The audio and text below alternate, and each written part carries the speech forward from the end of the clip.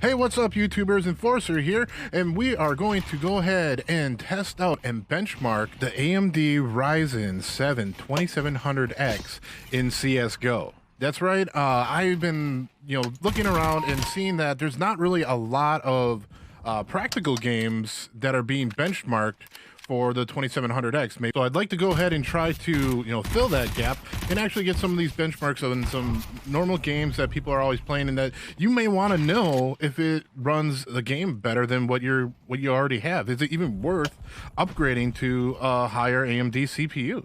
Anyway, let's get right to the benchmarks. So I found this benchmark tool that pretty much will go ahead and stress test everything for CSGO. As you can see, when you start out and you have 1080 Ti and you have a high-end CPU, you're gonna get a ton of frames per second. But it's not like that all the way through, because there's certain things in the game that can still actually bring your frames per second down a little bit. See, something like this CSGO is definitely a great game to play when you have a high refresh monitor. Like mine, I have the Acer Predator, and it runs 165 hertz, and that's probably the best way to really utilize that full 165 frames per second. Even with the 240, like right now, let's see, we're getting 230, right now I'm over 240. So if I got a 240 hertz monitor and I ran the graphics a little bit lower, or I ran it at 1080p, I could definitely always stay over that 240 frames per second. But now let's see here, when we go into the smoke, you can see we drop down significantly. But if you look at the GPU usage, I'm at 100% in those parts, so it's really a limitation of the GPU and not the CPU that we're actually running into. Let's see, we're going to see what we get on this smoke coming up again, and we will probably drop down.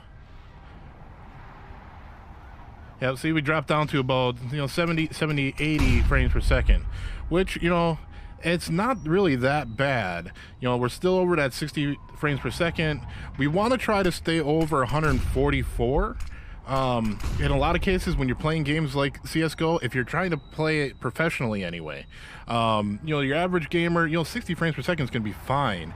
But I still would recommend going up to at least 120 hertz, or the 144 for a lot of games like this, if you really want to try to get that competitive edge.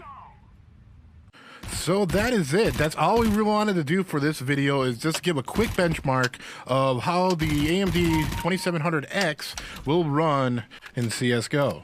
Like right now we're doing, practical gameplay where we're just actually, just playing some deathmatch and I'm getting my butt whooped.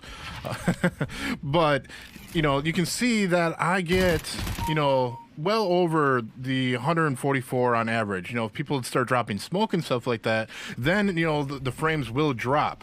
So this is, I have to remind you that it is at 1440p and everything is maxed out. Like I have everything maxed. There's nothing that is that is brought down except for the motion blur. I do not like motion blur, and if you're using a high refresh rate monitor, it's probably best not to use motion blur anyway. I mean, if you really like it, go for it. But anyway, I hope this was helpful. Anybody out there? I'm going to be doing a few other games that I haven't seen other people put any benchmarks out there, because I really feel that when you're buying a new CPU, you want to look up the game that you're playing, and you don't want to just go and look up, a benchmark test for CSGO and then you get, Tomb Raider or something like that, and you're just like, I don't know how it's going to actually run on the game that I want to play. So if you have a game that you want me to benchmark, let me know. I'll be sure to do a benchmark on it if there's a benchmark tool for it, or I'll play it straight through to make sure that we have, some data to go off of when you're trying to spend, hundreds of dollars on a new CPU. Anyway, thanks a lot for watching this video. Make sure you hit that like button and subscribe if you want to see more content from me. You all have a great day and happy gaming.